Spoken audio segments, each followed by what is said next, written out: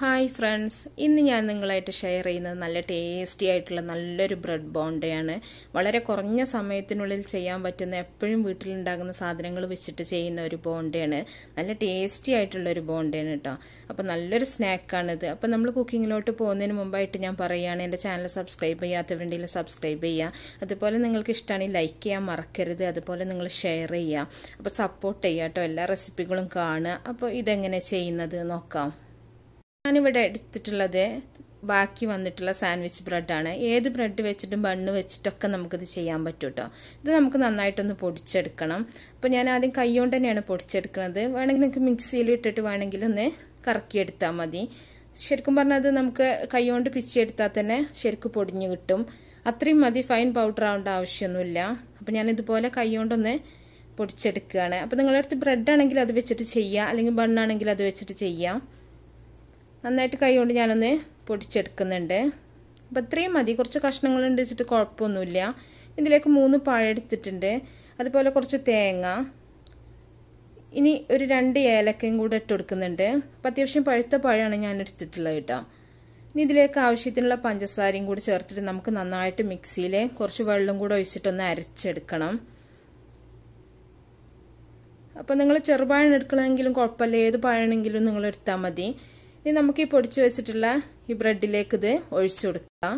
ഞാനിപ്പോൾ ഇവിടെ കിട്ടുന്ന ഒരു പഴമാണ് എടുത്തിട്ടുള്ളത് കേട്ടോ. റോബസ്റ്റ പോലത്തെ ഒരു പഴമാണ്.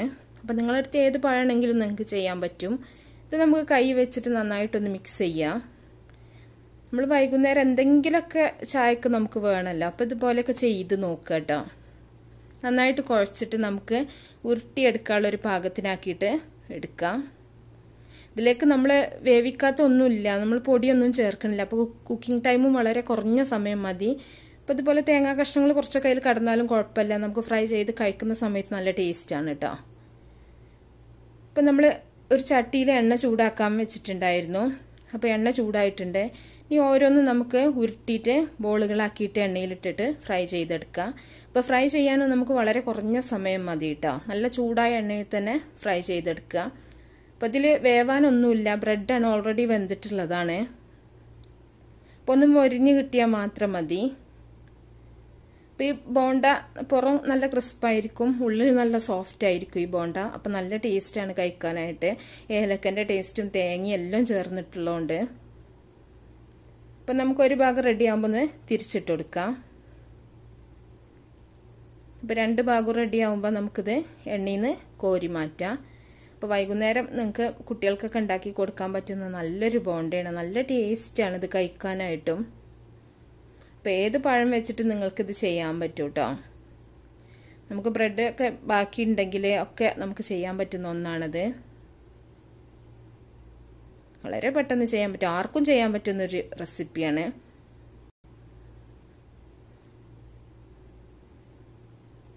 ഇപ്പോൾ ഒരു ഈസി സ്നാക്കാണ് കേട്ടോ അത്. നമുക്ക് ചായൻ്റെ കൂടെ കഴിക്കാൻ പറ്റുന്ന നല്ലൊരു സ്നാക്കാണ്. അപ്പോൾ ഞാനിത് കോരി മാറ്റുന്നുണ്ട്. അപ്പോൾ എണ്ണയൊന്നും കുടിക്കൂല കേട്ടോ. നല്ല ചൂടായ എണ്ണയിൽ തന്നെ ഇട്ടിട്ട് നിങ്ങൾ ഫ്രൈ ചെയ്താൽ മതി. നമുക്ക് തീ കുറച്ച് വെച്ചിട്ട് അങ്ങനെ ഉള്ളു വേവേണ്ട അങ്ങനത്തെ ആവശ്യങ്ങളൊന്നുമില്ല. ബ്രെഡ് ആയതുകൊണ്ട് ഓൾറെഡി വെന്തിട്ടുള്ളതാണ്. അപ്പോൾ അത് ശ്രദ്ധിക്കുക കേട്ടോ. പെട്ടെന്ന് തന്നെ നമുക്ക് കോരി മാറ്റാം.